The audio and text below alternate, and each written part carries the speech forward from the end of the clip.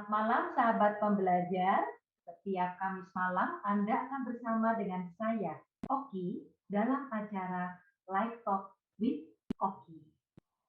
Pada malam hari ini kita akan mengangkat sebuah tema yang sangat menarik Bapak Ibu, yaitu berani resign itu hebat, ya. Dan buku ini dikarang, ya, ditulis oleh seorang senior spesialis Jasa Marga Learning Institute. Beliau adalah Pak Wasta Gunadi. Selamat malam Pak Wasta Gunadi. Selamat malam Mbak Oki. Terima kasih sudah diundang pada acara malam hari ini. Iya, kita akan berbincang-bincang ya sebentar lagi. Nah, sebelum kita maju ke bincang-bincang dengan Pak Wasta, saya ingin Bapak Ibu semua untuk follow Instagram Indonesia_belajar, Facebook kami juga Indonesia belajar.id, serta jangan lupa juga follow Instagram dan Facebook saya. Di setiap malam akan mengangkat berbagai macam topik yang ada dalam kehidupan kita, seperti kesehatan, ya, mengenai keuangan, dan kemudian minggu depan kita juga akan kedatangan seorang dokter dan kita akan mengangkat topik bagaimana menjadi dokter untuk diri kita sendiri. Ya, mudah-mudahan Bapak Ibu semuanya akan selalu mendapatkan manfaat dalam acara ini. Baiklah, Pak Wasta, kita akan berbincang-bincang sedikit ya sebelum Pak Wasta memberi paparan tentunya. Pak Wasta sekarang ini kan sebagai senior spesialis Jasa Marga Learning Institute, juga sebagai seorang trainer, coach, dan juga praktisi public relation. Ya. Nah, kegiatan ini sampai akhirnya bagaimana ceritanya sampai akhirnya Bapak menuliskan sebuah buku yang berjudul Berani Resign itu Hebat, sehingga pertama kali saya mendengarkan kata-kata itu, waduh, buku ini pasti sangat menarik. Ya, gimana cerita mengenai itu, Pak? Oke, terima kasih Mbak Oki. Jadi buku ini saya tulis dalam rangka untuk memberikan sharing pengalaman ya, sharing experience dari teman-teman yang sudah berani melakukan resign dan mereka lebih berhasil ya dibanding pada saat dia masih kerja. Berhasil dalam arti materinya ya, dari materinya. Karena ada beberapa teman yang saya tulis di buku itu ya, yang tadinya petugas tol ya, petugas tol, dan malam ini sepertinya hadir juga nih ada teman saya Pak Agus Sunardi, tapi sebenarnya Karung Bonsai itu ya namanya. Ini Karung tuh nama kafenya. Jadi dia petugas tol bertahun-tahun ya, dia berani resign untuk itu, kemudian dia mulai bisnis, membangun usaha, dan penghasilannya mungkin berlipat-lipat dibanding pada saat dia masih kerja. Dan itu banyak sekali teman-teman kita yang melakukan resign dan sukses dalam di usahanya yang baru, gitu Mbak Ida. Nah, Pak Wasta, saya kan menerima buku Bapak ya. Sebelumnya terima kasih banyak buku ini. Dan saya melihat di sini pertama kali Bapak mengungkapkan bahwa kalau seseorang itu mau resign, nomor satu itu harus mindset-nya sebetulnya ya Pak ya. Yeah. Mindset-nya yang harus dirubah dari seorang yang tadinya bekerja tiap hari, ya misalnya makan gaji gitu ya Pak, ya, dari pagi sampai sore, sampai akhirnya dia juga harus mungkin bekerjanya lebih all out sebetulnya ya, karena juga banyak yang harus dipikirkan ketika mereka juga sampai rumah. Dan saya juga melihat dari buku ini Pak, sangat menarik karena testimoninya banyak banget nih. Ini semuanya dari Jasa Marga tentunya ya Pak. Betul ya. Oke. Nah, kalau begitu mungkin Bapak bisa mulai mengulas tentang kegiatan Bapak. Jadi Bapak sebelumnya pasti juga banyak membantu orang-orang yang dalam tanda kutip mau pensiun itu ya Pak ya? Ya, betul Mbak Oki. Jadi memang seperti saya sampaikan tadi, kebetulan saya di kantor juga sebagai trainer dan coach juga, terutama coach teman-teman yang akan memasuki masa usia pensiun, gitu ya. Juga pada saat mereka yang ambil program pensiun dini, mungkin nanti saya jelaskan lebih lanjut di materi saya, dia juga mendapat bekal pelatihan-pelatihan, ya, pelatihan-pelatihan untuk dia bisa menjadi seorang entrepreneur gitu. Nah, pengalaman saya sebagai trainer, sebagai coach, bahkan sebagai host untuk acara entrepreneurship di Jasa Marga. Nah, itu yang dan saya lihat hasilnya teman-teman juga ada gitu. Nah, itu pengalaman itu yang saya tuangkan dalam buku itu gitu. Intinya kalau kita mau berusaha keras ya gitu ya, tentunya kita bisa berhasil untuk mewujudkan usaha kita gitu ya. Karena bahkan teman-teman itu misalnya kita sudah bertahun-tahun ngurusin usahanya perusahaan, kapan kita akan ngurusin usaha kita sendiri gitu. Istilahnya gitu. Iya. Dan yang menariknya Pak, saya juga baca di situ bahwa Jasa Marga sendiri memberikan pilihan ya Pak ya, ketika orang ditanya apakah Anda mau pensiun ya, ketika mereka mau bekerja istilahnya berupaya, maka yang diterimanya pun lebih banyak gitu ya Pak. Ya, betul. Nanti bisa saya jelaskan di materi saya, Mbak. Ya. Boleh tahu Pak, sebelum masuk ke materi, berapa persen biasanya Pak yang mau mengambil risiko? Maksudnya ambil pensiun dini, Bu, Mbak Oki? Pensiun dini dan mengambil risiko, katanya kalau yang bekerja, maka akan mendapatkan uang pensiun yang lebih besar kan ya Pak ya? Jadi sebagai gambaran pada saat kita melakukan elektronifikasi di gerbang tol, itu ada awal dari kita melakukan transformasi ya di bidang operasional tentunya ya. Karena mungkin Bapak Ibu mungkin tahu ya kalau di Jasa Marga mulai tanggal 31 September kalau nggak salah ya, 31 Oktober apa itu kita lakukan tahun 2017 seluruh gardu tol kita hanya melayani dengan e-tolcard ya, cashless. Nah, bisa dibayangkan kita harus mengurangi kalau nggak salah karyawan itu sekitar 1.200-an ya, 1.200 karyawan. Nah, itu yang kita kasih pilihan tadi.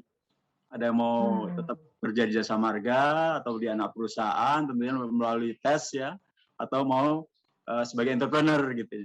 Nah, itu pada saat itu mungkin ya sekitar hampir 50% jadi entrepreneur. Pilih itu ya. Wow. Berarti mereka orang yang berani mengambil resiko juga ya. Ya, itu banyak yang nggak saya tulis sebenarnya. Masih banyak teman-teman yang nggak bisa sempat saya tulis, memang karena banyak Mbak, ada yang jadi peternak sapi, ya, ada yang jadi punya perkebunan, punya kebun mangga berhektar-hektar gitu ya.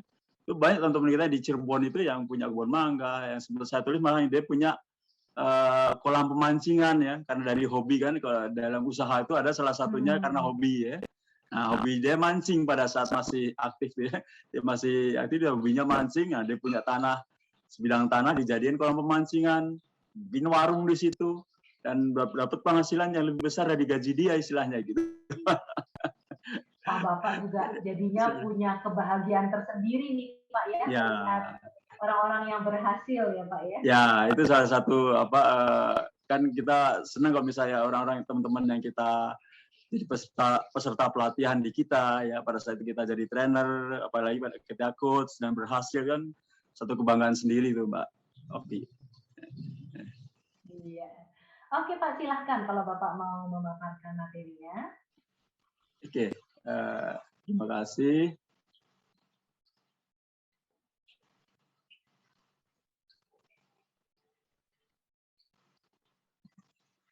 Apakah sudah terlihat, Mbak Oki? Bapak Ibu? Sudah terlihat. Ya. Sudah terlihat ya. Atau sebentar lagi, ada salah. Nah, sebentar.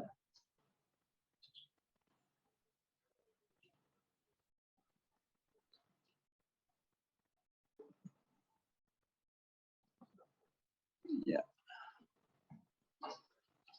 Oke, Bapak Ibu, para peserta webinar pada malam hari ini, saya ingin sampaikan tentang, ini mungkin ada dalam buku saya, tapi intinya yang mau saya sampaikan di sini adalah bagaimana seorang tuh berani melakukan resign ya, Dan berani resign itu hebatnya bukan karena dia berani, tapi berani yang didasari dengan rencana yang matang tentunya ya. Nah, beraninya itu yang hebatnya itu adalah kalau dia punya penghasilan yang lebih baik dibanding pada saat dia masih bekerja. Nah itu hebatnya itu ya, bukan hebatnya karena bukan beraninya dia resign dia hebat, ya. Tapi karena hebatnya itu karena dia punya penghasilan atau lebih sukses dibanding saat dia masih aktif sebagai karyawan gitu ya. Nah, ini kalau kita lihat hasil survei Limra ya, ini sudah beberapa kali di-share mungkin oleh beberapa trainer ya. Jadi dari 100 orang yang disurvei pada saat usia 25 tahun, ya. Nah setelah mereka berusia 65 tahun didapati hasilnya seperti ini. 49 hidup di panti jompo, ya, atau mengandalkan anak, atau mengandalkan sumbangan gitu ya. Kemudian yang 29 sudah berpulang, 12 orang ya punya usaha tapi bangkrut, ya. 5 orang masih bekerja keras, 4 orang punya keuangan yang mandiri, jadi yang 1 kaya raya istilahnya. Nah itu jadi dari hasil survei itu cuma 5% yang kaya secara finansial. Jadi yang 4 orang deh yang keuangan mandiri tadi mungkin dia punya investasi yang bagus di saham, investasi di bagus forex misalnya kayak gitu ya. Dia ternyata cuma 5% ini yang ini menunjukkan bahwa kalau kita tidak menyiapkan pensiun dengan secara cermat, secara baik gitu ya, bisa jadi nanti pada saat kita pensiun kita akan kebingungan juga gitu ya. Jadi apa kita nih mau berada di kotak yang mana nih, tingkatannya mana, yang 49 ya, ya, atau di 5 ya, 49 atau 5 kan masih ada yang bekerja keras pada saat masih sudah pensiun. Nah, kita pilihan semuanya ada di kita. Ya. Kemudian buku ini saya tulis ya, ini kaitannya dengan di awal dengan disruption. Ya. Ada disruption, Bapak Ibu pasti tahu ya, disruption ini bagaimana bisa mengubah kehidupan kita ya. Dengan 1 handphone aja kita sudah bisa melakukan segalanya, bisa tentang urusin perbankan kita ya, dengan dengan 1 handphone kita bisa melakukan ngirim file ya, yang dulu harus kalau kita kirim email sebelumnya kan kita harus lewat laptop atau komputer ya, tapi sekarang udah pakai handphone dan semuanya di handphone udah bisa semuanya itu. Dan bahkan dari sisi gimana perdagangan online ya, toko online berkembang dengan pesat ya, GoFood dan sebagainya. Ini tentu ini kaitannya dengan disruption di mana, dan akibatnya ya karena semua pelayanan bank itu bisa di dalam 1 handphone ya. Sekarang banyak kantor cabang perbankan yang tutup ya. Nah, kaitannya ada disruption ini, mau nggak mau perusahaan harus melakukan transformasi. Nah, transformasi kaitannya dengan biasanya nanti kemudian ada pengurangan pegawai, biasanya seperti itu ya. Ada pengurangan pegawai. Nah, karena pengurangan pegawai akhirnya terjadilah pensiun dini. Ini kaitannya seperti itu. Dan kok bisa saya kaitkan dengan kami di Jasa Marga ya. Pada saat disruption melanda ya, sudah terjadi. Nah, kita mau transformasi, awalnya transformasi di bidang operasional, tadi dengan cashless tadi. Kemudian setelah dengan adanya cashless di transaksi di gerbang tol. Kemudian teman-teman yang ada di operasional tuh mau nggak mau harus dikurangin gitu ya. Nah, dikurangin tadi, pengurangannya ya mereka dikasih tawaran mau pensiun dini atau mau tetap bekerja di Jasa Marga untuk jadi staff tapi tetap melalui tes ya, atau dia anak perusahaan ya, atau mau jadi entrepreneur ya. Kita kasih pilihan itu. Jadi kita nggak ada PHK karena pesan dari pemerintah pada saat itu meskipun dilakukan cashless ya, transaksi di gardu tol, tapi tidak boleh ada PHK. Nah, kemudian mereka yang milih pensiun dini itu ternyata cukup banyak juga.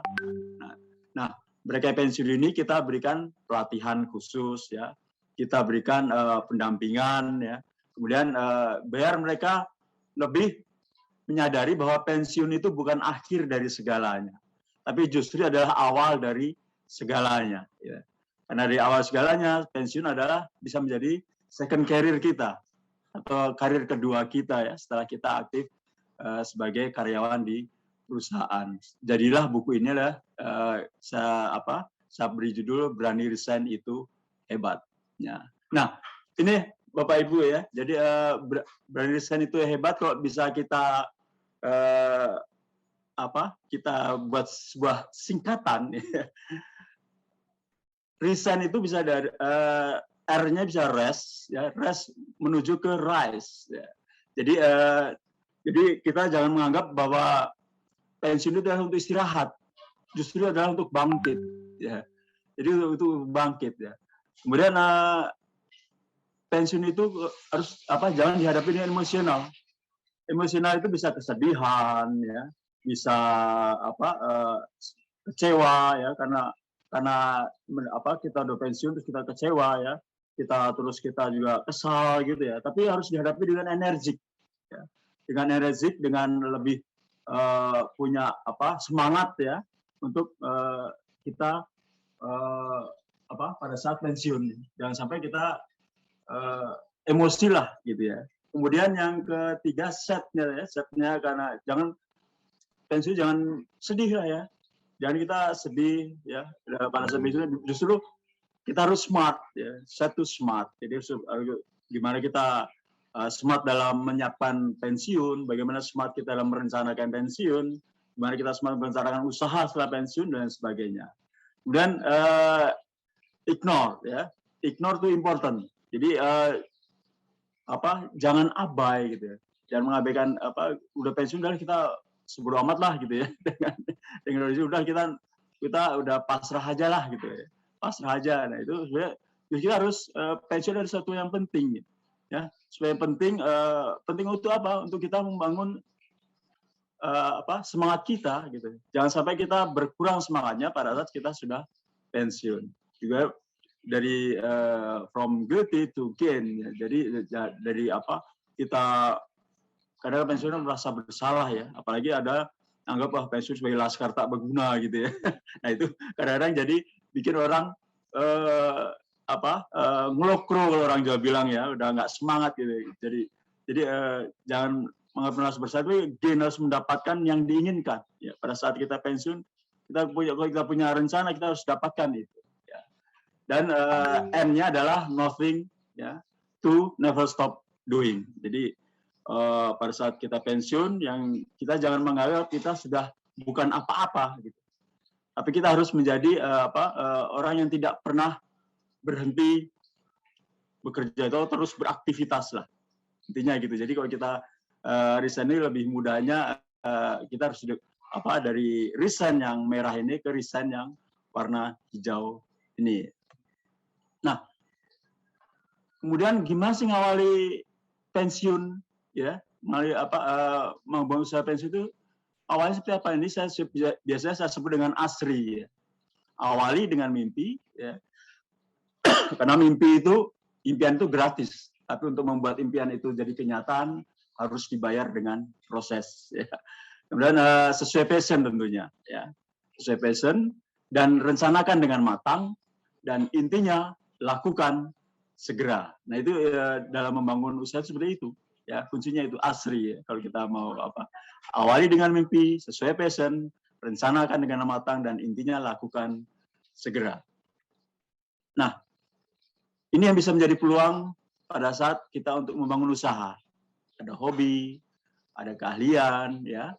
Jadi misalnya kita hobinya, tadi saya sampaikan di awal tadi, ada hobinya mancing, bisa jadi kita karena kita udah sering pada saat kita masih aktif sebagai karyawan, kita hobinya mancing ya, kemana-mana mancing gitu ya. Nah mungkin bisa pada saat kita punya lahan sedikit, kita jadikan sebuah kolam pemancingan ya, seperti yang dilakukan oleh teman kami dari Cirebon ya.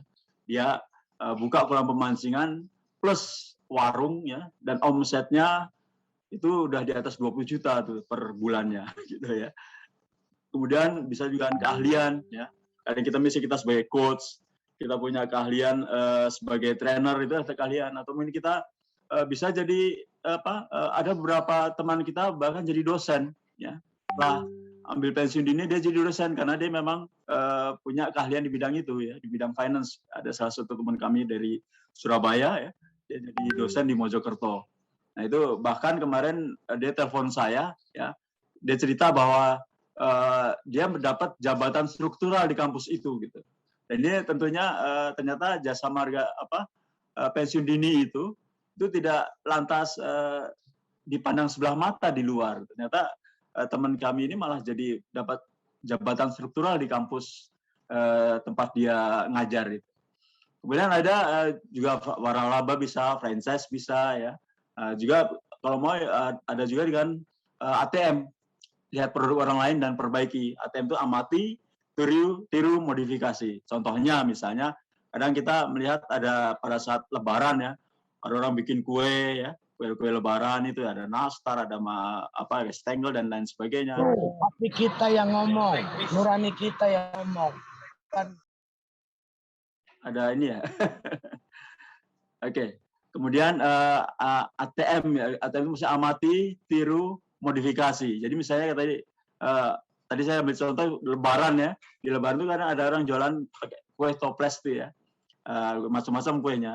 Kan ada yang jual cuman ya pakai kresek aja, ya, dijualnya gitu. Tapi kalau misalnya kita amati, tiru, modifikasi. Nah, modifikasi apa? Kita bikin kayak hampers gitu, ya, dengan kemasan yang lebih baik, mungkin harganya akan lebih naik, misalnya kayak gitu, ya. Lihat masalah orang lain dan berikan solusi. Ini biasanya kalau kita punya kemampuan sebagai konsultan atau sebagai coach, ya, itu juga bisa lakukan itu. Jadi peluang usaha pada saat purna bakti itu bisa dilakukan dengan berbagai berbagai cara lah, gitu, ya. Di buku saya jelas itu saya jelaskan. Kemudian, nah ini kadang-kadang orang mau usaha itu kadang takut risiko, ya. Kadang ini saya takut, nanti kalau rugi gimana ya? Nanti kalau misalnya nggak laku gimana ya? Aduh, nanti kalau misalnya makanan ini kita buka kuliner ternyata nggak ada yang beli, terus makanannya gimana ya? Gitu. Dan sebagainya. Jadi risikonya dipikir terus akhirnya nggak jalan-jalan gitu. Kita terlalu. Tapi risiko itu juga tidak lantas kita diamkan. Kita harus mitigasi juga risikonya, ya, pada saat kita merencanakan akan bangun usaha, ya. Kemudian pada saat apapun yang kita lakukan sebenarnya ada risikonya, ya. Kita mau diam saja pun, ya, kita lagi nyetir mobil pelan-pelan pun ada risikonya, ya. Atau kita diam saja di pinggir jalan ada juga risikonya. Jadi semuanya ada risikonya. Jadi kalau kita mau bangun usaha jangan takut risiko, memang pasti ada, tapi harus kita mitigasi risikonya. Nah ini kalau kita mitigasi risiko dalam usaha, ya, ada yang risikonya rendah, ya, seperti kayak deposito, reksadana, obligasi itu risikonya rendah, tapi profitnya juga rendah juga, gitu. Profitnya rendah juga. Kenapa? Dia modalnya untuk risiko kehilangan modal itu sangat rendah, ya. Deposito, reksadana, obligasi, ya. Ada risiko sedang, ya. Risiko sedang itu BEP-nya perlukan waktu yang lama. Terus ada kepastian penghasilan, profit, namun bisnis sangat tergantung pihak lain, kayak rumah kos, agen gas. Jadi kalau misalnya teman-teman yang dia dia punya tidak mau risiko terlalu tinggi, biasanya kita sarankan itu tadi, kalau dia punya lahan buat rumah kos lah, atau agen gas, ya, atau properti itu juga nggak gitu risiko tinggi, ya. Kalau kita tahu cara belinya, gitu, ya, cara itu. Investasi emas, gitu. Tapi harus risiko tinggi kayak saham, forex, ya, peternakan, perkebunan, vendor, ya, kuliner itu, ya, itu risiko cukup tinggi, tapi profitnya akan jauh lebih tinggi juga dibanding yang risiko rendah atau sedang, gitu. Jadi intinya risiko tinggi punya risiko kehilangan modal tinggi, tapi juga punya risiko punya profit, ya, peluang profit yang lebih tinggi juga. Nah, ini adalah kalau kita mau usaha ini kita bisa jadi wirausaha, bisa jadi konsultan atau pembicara, atau sebagai investor, ya. Jadi kalau misalnya sebagai wirausaha jadi bisa di kuliner, ya, bisa di medical, bisa sebagai properti juga ya. Ada konsultan pembicara kalau kita punya kemampuan sebagai misalnya kita tadi punya kemampuan sebagai coach ya, kemampuan sebagai trainer ya, sebagai kita punya kemampuan di bidang profesi, misalnya di bidang PR lah kayak saya ya, di bidang humas itu juga bisa dijadikan peluang untuk membangun sebuah usaha gitu ya. Juga kalau kita menjadi investor ya, investor di saham, franchise ya, franchise juga kita bisa jadi investor juga di sana gitu. Nah itu juga bisa peluang di sana. Jadi tergantung passion kita ada di mana. Ya. Nah, ketika rencana tidak diikuti dengan keberanian untuk bertindak, maka selamanya tetap akan menjadi rencana. Itu yang saya baca dari teman-teman ya. Jadi kalau misalnya ada salah satu teman saya itu membangun berdua nih bareng-bareng ya, berdua bareng-bareng sama-sama ingin membangun bisnis martabak alim. Ya. Yang satu mulai membangun usaha, segera mulai, yang ini satunya ngitung terus. Akhirnya teman saya yang satu ini sekarang sudah punya 9 gerai martabak ya. Yang ini masih tetap menghitung untung ruginya sampai sekarang. Jadi intinya kita harus punya keberanian bertindak untuk membangun usaha kita ya. Kalau kita nggak punya itu, maka selamanya akan tetap menjadi rencana ya. Nah, kemudian izinkan saya untuk share video tentang buku saya ya.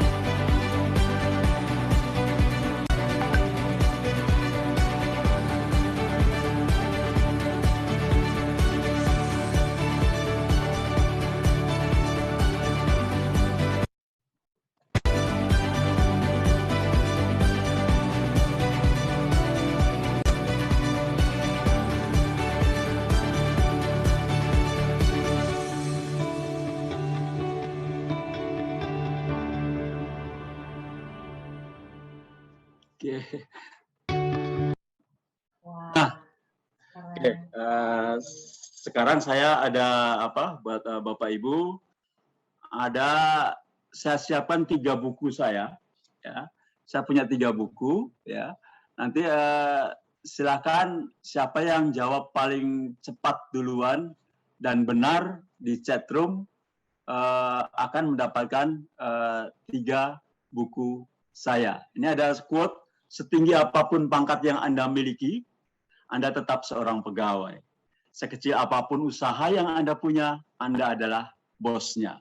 Nah, pertanyaannya adalah, ini quote-nya siapa? Silahkan silahkan tulis di chat room ya. Silahkan Bapak Ibu yang tahu ini quote-nya siapa, bisa taruh di chat room, karena nanti Pak Wasta akan memilih 3 jawaban yang paling atas katanya. Paling atas, yang paling benar, Ya, dan nanti benar, akan ya. kita berikan ada giveaway buku saya untuk 3 orang pemenang. Ya, silakan nanti sambil dibacakan ya, Mbak Oki ya. Saya nanti akan bacakan. Nah, tapi sebelumnya Mbak Oki sambil menunggu yang menjawab, mungkin ada satu yang ada di buku saya menjadi partisipan pada malam hari ini. Namanya Pak Agus Sunardi. Pak Agus Sunardi. Pak Agus Sunardi. Beliau akan sharing sesuatu ya, Pak Wasta? Ya, saya minta mungkin dia bisa kasih cerita sedikit tentang usahanya dia dan pengalaman dia gitu ya. Mungkin bisa menjadi inspirasi buat para partisipan pada malam hari ini. Silakan Pak Agus. Ini saya silakan Pak Agus. Stop share dulu ya. Saya stop dulu ya. Share ya? Yes. Ya, silakan Mas. Assalamualaikum warahmatullahi wabarakatuh. Waalaikumsalam Mas Agus. Videonya bisa di-on-in Mas Agus? Oke. Ya. Sebentar ya Pak Wasta. Waalaikumsalam. Oke. Kebetulan saya lagi ada di Ngawi nih. Di tempat usaha. Oke, udah terlihat ya. Selamat malam Bu Oki. Baik, iya, selamat malam Pak Agus. Iya, saya harus bercerita pengalaman saya, Pak Wasta. Ya, Mas Agus, mungkin Mas Agus bisa sampaikan ke para partisipan di sini. Dulu Mas Agus sebagai apa? Kemudian setelah keluar dari Jasa Marga, sekarang usahanya apa? Baik, insya Allah saya bisa menyampaikan apa yang pernah saya alami dan saya rasakan. Baik, Assalamualaikum warahmatullahi wabarakatuh buat seluruh audiens pemirsa dan para pembicara. Saya adalah Muhammad Agus Sunardi. Saya lulusan S1 tahun 2008, S1 bidang hukum. Terus saya mengawali karir di Jasa Marga tahun 95 sebagai petugas pul tol dari tahun 95 hingga tahun 2021. 2021 sampai 2017. 2001 sampai 2017 saya menjadi kepala sip pengumpulan tol di gerbang tol Cibubur, terus pindah ke ke Cimanggis, wilayahnya Jagorawi. Nah, saat itu ya saya menjadi pegawai saja gitu.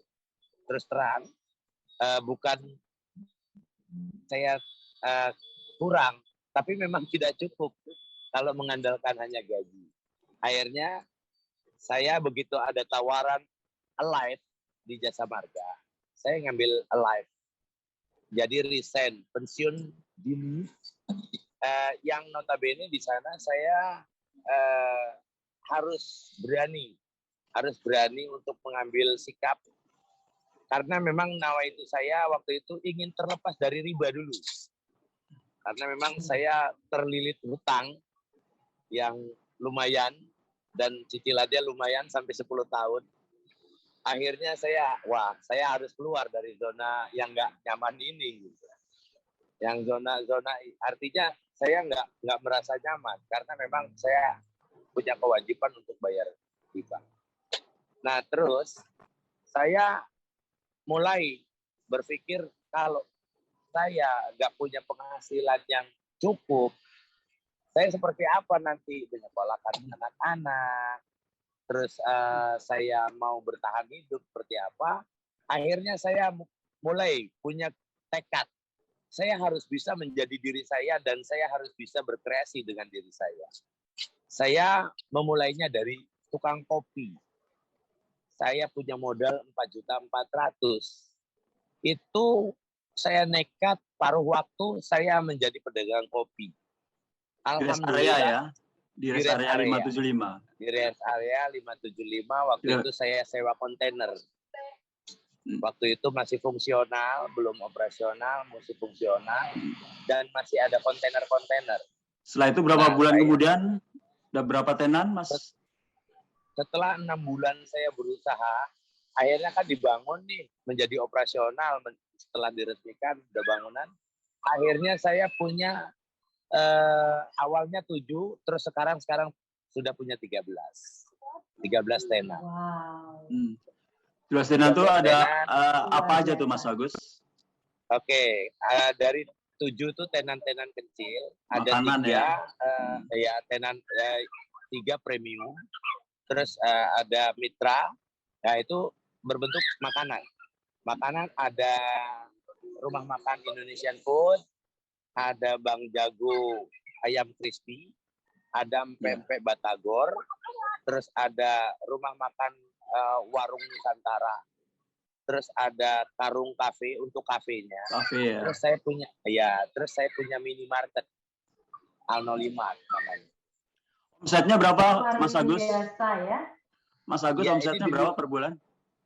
Kalau di luar pandemik ya, kita di luar pandemik ya. Sebelum pandemik COVID ini, saya itu per harinya itu ya ketemu bangsa 24 sampai 30 juta per hari. Omsetnya. Kalau per bulan ya sekitar antara 800 sampai 900 juta lah omset. Oke, Mas Agus. Makasih Mas Agus. Iya. Itu jadi Mbak Oki. Jadi terus ya Mas Agus. Terima kasih banyak Bu Oki. Oke. Terima kasih. Oke, makasih Mas Agus. Gitu, makasih Pak Wasta. Oke, jadi betul ya tadi mungkin nanti pemenangnya silakan Mbak Oki ya. Itu ada quote-nya Bob Sadino. Ya, sekarang ya. Jadi quote-nya Bob Sadino. Iya, di sini nomor 1 Mas jawabnya Wasta Gunadi. Kemudian ada Bob Sadino dan Bob Sadino. Ada 3 orang ya yang menjawab Bob Sadino, yaitu Pak Hendra Teguh, Pak Agus Setio, dan Bu Desti mungkin ya ini ya. Boleh yang saya sebutkan namanya, boleh dibuka kameranya sebentar. Kalau nggak mau kamera nggak apa-apa, paling nggak menyatakan namanya siapa, mungkin dibuka mikrofonnya. Silakan. Pak Hendra, ada Pak Hendra di sini? Wah, sepertinya tidak ada nih, Bang. Tapi kita akan catat ya. Jadi Pak Hendra, Bu Endah bisa bantu saya, Bu Endah? Ya, ini ada Pak Hendra. Ada Pak Hendra. Terima kasih. Malam Pak Hendra. Kemudian Pak Agus Setio dan kemudian Ibu Desti. Ya. Nah, Pak Hendra, ada sekalian nih Bapak sudah buka kamera dan buka mikrofon juga. Mungkin Bapak ada yang mau ditanyakan ke Pak Wasta, Pak Hendra? Oh, ada. Kebetulan saya memang nyimpen pertanyaan dari tadi. Yes. Mungkin bertanya ya Pak. Monggo Pak Hendra. Ya, kalau saya tadi dari ceritanya Pak Wasta juga ada testimoni dari Pak Agus ya. Saya kok dan berdasarkan pengamatan saya sendiri, kadang-kadang kita itu timbul keberaniannya harus dalam posisi kepepet dulu ya Pak. Ya, kan bisa jadi. Pak Agus gitu kan, Pak Agus dia dalam kondisi memang tidak cukup, dia harus ada bayar utang segala macam, sehingga timbullah keberanian. Dan disadari atau enggak disadari, banyak sekali orang sukses yang berawal dari hal tersebut. Nah, yang saya mau tanyakan adalah Pak, bagaimana kalau kondisinya sebenarnya saya sekarang pegawai, tapi tidak dalam kondisi kepepet, tapi saya punya keinginan untuk jadi hebat seperti Bapak itu. Bagus ya. Bagus. Kan jadi itu hebat. Nah, terus bagaimana cara menimbulkan keberanian itu? Karena kalau kita dalam kondisi tidak kepepet kan jadinya kita jadi banyak reason untuk nggak ambil jalan itu gitu loh Pak. Karena kata orang katanya kalau kita niat kita pasti ketemu jalan itu. Kalau kita nggak niat kita ketemu alasannya Pak. Kita banyak. Nah, gimana ada trik nggak caranya untuk kita yang nggak perlu sampai kepepet dulu, tapi kita bisa punya motivasi, keberanian, dan berani ambil langkah seperti yang diambil Pak Agus. Itu aja sih Pak Wasta. Terima kasih banyak sebelumnya Pak. Ya, Oke, makasih Pak Hendra. Jangan lupa Pak Hendra nanti kirim alamatnya ke Bu Oki ya, untuk Pak. pengiriman Baik, Pak. buku ya. Iya. Baik, Pak. Oke. Oh ya, Bu Endah bisa tolong ditulis ya nomor teleponnya ya Bu Endah. Oke, silakan Pak Wasta. Oke. Jadi untuk membangun sebuah usaha itu memang kalau kepepet, benar sih. Orang kepepet itu yang tadinya dia tidak bisa melompati pagar 1 meter, tapi begitu kepepet dikejar anjing kadang-kadang 2 meter pun bisa dilompati gitu ya Pak Indra. Nah, tapi intinya gini, pada saat kita masih aktif ya sebagai karyawan gitu ya. Nah, itu paling tidak kita sudah punya niat dulu, Pak. Nah, bukan kita dia punya mau bangun usaha, paling tidak kita sudah punya niat. Nah, niat itu kadang tadi kalau saya di presentasi saya awali dengan mimpi. Ya. Awali dengan mimpi kita mau ngapain sih setelah setelah kita mau pensiun nanti gitu ya. Nah, tapi mimpi itu bukan sekedar mimpi, paling tidak kita sudah punya passion apa nih kita. Kita lihat passion kita. Oh, saya hobinya di bidang peternakan ikan misalnya, atau saya senang berternak ikan gitu, atau saya senang dengan ikan hias dan sebagainya. Kan orang punya passion masing-masing. Nah, mungkin itu bisa menjadi sumber usaha, atau bisa juga kadang kalau kita pada saat training itu ya, salah satunya adalah caranya kalau kita melihat di situ nggak ada apa nih gitu ya. Nggak ada salah satu contoh teman kita juga, dia juga petugas gardu tol juga. Dia tidak punya pengalaman kuliner gitu ya. Tapi pada saat itu dia mengaplikasikan apa yang kita ajarkan. Ya, itu apa? Dia lihat di sini nggak ada jualan apa nih di daerah sini. Ternyata dia dari situ, dia cari bubur susah, bubur ayam. Akhirnya, berarti ini pas nih gue cari dagang bubur ayam. Ya, tapi jadi tempatnya harus gimana nih? Tempatnya harus ada, paling nggak harus ada parkiran motor, ya, ada tempat parkirnya gitu ya. Nah itu dia dapat tempat usahanya. Ya. Kemudian setelah tempat usahanya dapat, nih terus buburnya di mana nih? Dia nggak bisa masak bubur, seumur umur ada di gardu tol ya, laki-laki. Akhirnya dia hunting Pak 2 bulan. Dia hunting cari tukang bubur yang enak. Begitu dapat ya langsung dia diajak kerjasama ya, akhirnya sekarang dia punya warung bubur, omsetnya 2,5 juta per malam gitu ya. Tapi itu tadi dia karena jadi tidak harus punya pengalaman di bidang itu, tapi paling nggak dia punya kemauan keras ya. Jadi niat yang kuat diikuti dengan diikuti dengan kemauan yang keras gitu ya, dan usaha yang sungguh-sungguh. Nah itu biasanya itu teman-teman yang berhasil itu seperti itu gitu ya. Jadi kalau kita setengah-setengah, udah kita tidak berani ambil risiko, nah itu kadang-kadang itu juga.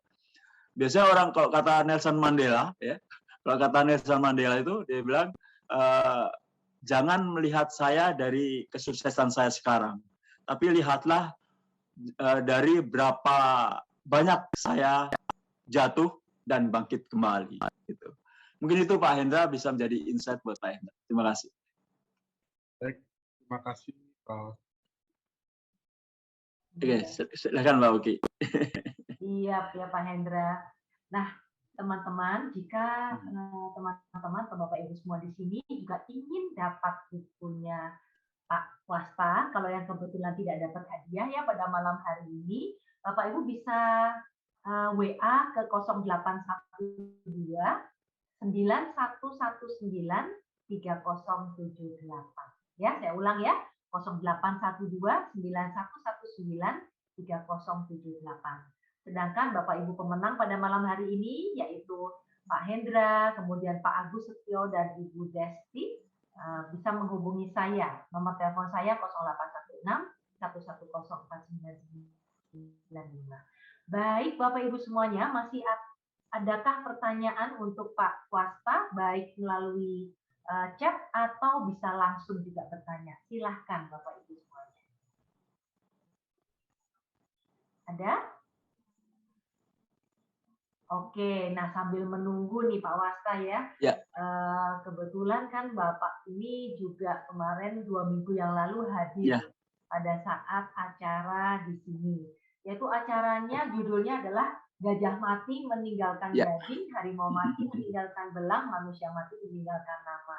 Di situ Ibu Mia Mariana mengungkapkan bagaimana menulis buku gitu ya pada waktu itu ya, dan Pak Wasta adalah salah satu yang menulisnya. Tepatnya berapa hari nih Pak, Bapak menulis buku ini? Jadi saya tulis buku ini memang awalnya saya sudah lama ingin menulis buku, Mbak Oki. Tapi ternyata tidak mudah gitu ya. Ya mungkin karena kesibukan, karena saya juga kadang cara triknya seperti apa gitu ya. Tapi begitu saya kemarin ikut kelasnya Bu Mia Mariana ya, Bu Mia Mariana ternyata dia punya trik khusus ya. Dalam 21 hari kita sudah jadi buku gitu. Ya mungkin saya mundur 1 bulan lah jadinya ya dengan cetaknya, mungkin cetak dan sebagainya 1,5 bulan. Tapi bukunya selesai saya tulis dalam 1 bulan. Padahal saya sebelumnya sudah berbulan-bulan nulis, berbulan-bulan hampir 7 bulan dia selesai gitu. Ternyata ada satu trik dari yang diajarkan oleh mentor saya Bu Mia Mariana ya, yang akhirnya jadilah buku ini gitu Mbak Oki. Bagaimana perasaan Bapak setelah menulis buku ini? Nah, seperti apa yang disampaikan Bu Mia kemarin ya. Jadi kalau gajah mati meninggalkan gading, macan harimau mati meninggalkan belang, dan kita kalau meninggal, kita meninggalkan nama. Nah, nama kita ada di mana? Sebelum nama kita ada di buku Yasin, paling tidak ada nama kita ada di buku kita sendiri. Jadi selain itu kita juga bisa jadi jariah lah, amal jariah. Kan amal jariah itu ya salah satunya ilmu yang bermanfaat. Nah, itu yang memotivasi saya untuk menulis buku ini. Gitu Mbak Oki. Sampai selesai ya. Iya.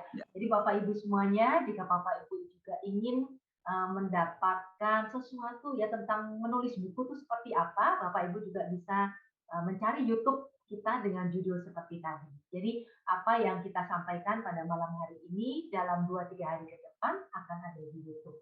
Jika Bapak Ibu merasakan manfaatnya bisa share juga. Oke, ini kebetulan ada pertanyaan. Oh iya, di sini Pak Agus Setia ya mengatakan, Bu Oki, kadang muncul keinginan dalam diri saya untuk resign. Tapi di satu sisi terkadang ada rasa bimbang. Kadang kala juga ngerasa yakin bahwa pasti ada jalan rezeki yang lain. Tapi rasa bimbang itu yang sering muncul. Mohon sharingnya. Nah, gimana nih Pak? Ya bagus. Kalau Rasulullah ya, mungkin maaf pada teman-teman yang non Muslim, Nabi Muhammad itu dia sampaikan bahwa dari 10 pintu rezeki itu 9 diantaranya dari berdagang, berusaha, gitu ya. Jadi mungkin yang satu itu adalah sebagai yang pernah diungkapkan ya. Ya, jadi mungkin kalau kita yakin itu ya, sebenarnya dengan usaha itu adalah pintu rezeki yang paling terbuka gitu ya. Berdagang, Rasulullah juga berdagang gitu kan pada saat itu gitu. Nah, kalau kita bersedia udah niat ya, udah niat untuk membangun sebuah usaha ya. Tadi diawali dengan niat ya, niat yang kuat, terus juga harus segera dilakukan gitu ya. Kalau tadi harus dilakukan, kalau cuma niat dan rencana akhirnya ya nggak jalan-jalan. Banyak orang yang seperti itu ya. Kalau kata Bob Sadino bilang kan usaha yang benar adalah usaha yang dijalankan, bukan yang dibicarakan. Gitu Mbak Oki. Benar sekali. Nah, Pak Wasta sendiri, semoga menjawab ya Pak Agus Setia. Kalau Pak Agus Setia masih ada yang mau ditanyakan, silahkan ya. Nah, boleh saya tahu ya Pak, kalau pengalaman Bapak ketika membantu rekan-rekan ini sampai akhirnya dia bisa berusaha ya, itu lewat training, mentoring, coaching, atau coachingnya tuh grup atau one on one atau gimana Pak? Dari pengalaman kita kemarin ada training ya, kita ada. Jadi bahkan kalau sebelumnya sih kita cuma training aja Mbak Oki. Jadi sebelumnya di Jasa Marga itu kalau misalnya ada teman-teman yang pensiun 2 atau 3 tahun lagi menjelang pensiun, itu kita berikan pelatihan tentang entrepreneurship gitu ya. Untuk persiapan mereka untuk masuk masa purna bakti. Bisa kita lihat situ. Tapi belakangan ini sudah kita tingkatkan lagi dengan ditambah dengan coaching dan mentoring, gitu ya. Coaching dan mentoring buat teman-teman yang mau masih masa pensiun. Jadi mereka lebih personalized. Makanya kalau dengan coaching dan mentoring itu dia secara pribadi kita lebih kena gitu ya. Jadi kan permasalahannya beda-beda, keinginannya beda-beda ya. Sekelas tuh nggak mungkin pengen jadi pengusaha kuliner semua kan, nggak mungkin jadi pengusaha properti semua. Jadi dengan coaching dan mentoring itu sangat membantu buat bantu teman-teman. Bisa dikorek ya sampai dari dalamnya dia ya. Betul. Bahkan ada yang ingin berusaha properti, ingin di saham ya, itu nanti kita datangkan mentor yang memang ahli di bidang saham gitu loh, teman-teman itu. Jadi benar-benar disesuaikan dengan apa yang diinginkan para karyawannya. Dan coachingnya biasanya kalau kita samakan, kalau misalnya emang banyak yang sama, misalnya tentang saham, nah kita coach bisa grup coaching gitu, Mbak Oki. Tapi kalau misalnya sendiri-sendiri juga misalnya cuma satu peminat gitu ya, mungkin itu bisa coaching sendiri juga. Ya, oke, thank you. Nah, Pak Wasta, dari tadi kan kita menyebutkan ya ada Pak Agus Setio, kemudian tadi Pak maaf nih namanya Desti ya, tapi sampai sekarang beliau belum menjawab apapun. Kalau misalnya beliau ini tidak menghubungi saya, apakah boleh diberikan kepada yang setelahnya? Boleh, silahkan Ibu. Boleh ya? Ya. Ini ada from Aka nih. Aka nih saya nggak tahu nih. Apakah namanya ada di sini? Aka siapa ya? Itu sorry itu tadi Bu Desti ya? Desti. Iya. JLI ya? JLI. Ada depannya JLI Desti. Iya, benar. Itu sahabat saya di Jasa Marga. Oh, sahabat Pak Wasta ya. Ya, kemudian dia sama-sama di Jasa Marga Institute. Jadi kita satu ini. Nah, tadi saya Desti, ada JLI-nya berarti. Ya, itu satu unit. Jadi nggak perlu mungkin. Nanti berarti hubungi saya ya. Jadi mungkin enggak, saya rasa ya kasih yang lain aja Mbak Oki.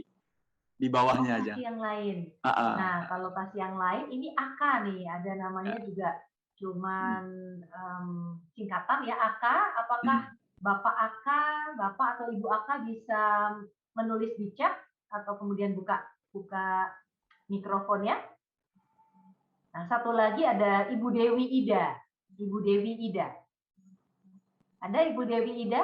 Ini di sini ada nih, saya lihat nih Ibu Dewi Ida. Wah, teman-teman semua nih pada malu-malu nih Pak. Malu-malu ya. Mungkin malam-malam langsung ya. Malam-malam berapa yang baju udah tidur pakai daster ya Pak ya. Udah pakai daster. Nah, terakhir ada Rosalia Amelia. Nah, silakan Bapak Ibu jika yang namanya tadi disebutkan bisa menghubungi saya 0816 1104995. Nanti saya akan berikan secara berurut yang mana dari atas tadi ya. Baik Pak Wasta, boleh Pak Wasta menyimpulkan dengan 2 atau 3 kalimat ya. Mungkin kiat-kiat untuk bisa mau kemudian memutuskan ya untuk resign itu perlu apa saja? Mungkin beberapa kalimat yang bisa menginspirasi teman-teman. Oke. Jadi di era disruption seperti ini ya, dalam era industri 4.0 gitu ya, di mana semua bidang usaha mengalami percepatan gitu ya, percepatan. Nah, ini kadang-kadang para old man seperti teman-teman yang sudah senior ini, kalau dia sering bukan dikalahkan ya, sering tidak bisa mengikuti speednya para milenial. Ya. Nah, speednya milenial. Nah, ini kalau kadang-kadang kita di frekuensi yang sama, ya, kita berkompetisi di frekuensi yang sama dengan para milenial. Kadang-kadang para senior ini tidak terkejar gitu ya, tidak terkejar. Nah, ini adalah kesempatan ya buat para senior ya, para senior ini jangan berjalan di frekuensi yang sama. Nah, salah satunya adalah memberanikan diri untuk resign ya, tapi sebelum resign harus direncanakan terlebih dahulu dengan matang. Matang. Karena betul, dengan matang. Karena resign tanpa perencanaan matang juga nanti malah setelah pensiun menjadi tidak jadi malah jadi beban juga nanti buat keluarganya. Gitu Mbak Ogi. Dan persiapan mindset-nya ya, itu mungkin dipersiapkan agak lebih dulu ya, karena itu sesuatu yang tidak bisa langsung gitu, langsung mindset-nya berubah kan. Nah, jadi, perlu waktu juga ya. Ya, jadi harus ada perubahan mindset yang tadi awal di zona nyaman, setiap bulan kita gajian, ya, kita harus masuk ke zona yang kerja keras, ya. Udah keras ya, mungkin gajian bisa tiap hari gitu. Tapi pada intinya, bisa tiap hari. Tapi kita harus bekerja keras di sana. Tanpa kerja keras yang lebih keras, mungkin ya agak kesulitan kita dalam membangun usaha setelah pensiun. Baik, Pak Rasta. Terima kasih banyak untuk kesediaannya sharing di Indonesia Belajar pada malam hari ini. Mudah-mudahan Pak Wasta terus ya bisa menginspirasi, dan mudah-mudahan nih ada yang juga tadi minta kalau bisa ada buku kedua nih segera nih Pak katanya. Amin. Buku kedua yang akan diterbitkan lagi mudah-mudahan ya. Dan jangan lupa Bapak Ibu, jika Bapak Ibu ingin masuk ke dalam WA group ya dari Indonesia Belajar, silahkan Bapak Ibu bisa menghubungi saya atau menghubungi nomor telepon yang di situ, karena Bapak Ibu akan mendapatkan berita-berita tentang acara pada setiap Kamis malam dengan berbagai macam topik. Jangan lupa minggu depan dibawakan oleh seorang dokter dengan topik menjadi dokter untuk diri sendiri. Ya, mudah-mudahan Bapak Ibu semua berkesempatan untuk hadir lagi minggu depan. Terima kasih teman-teman semua. Sampai ketemu minggu depan hari Kamis jam 19.30. Selamat malam. Terima kasih Mbak Oki. Terima kasih Mbak Mia. Terima kasih Mas Agus.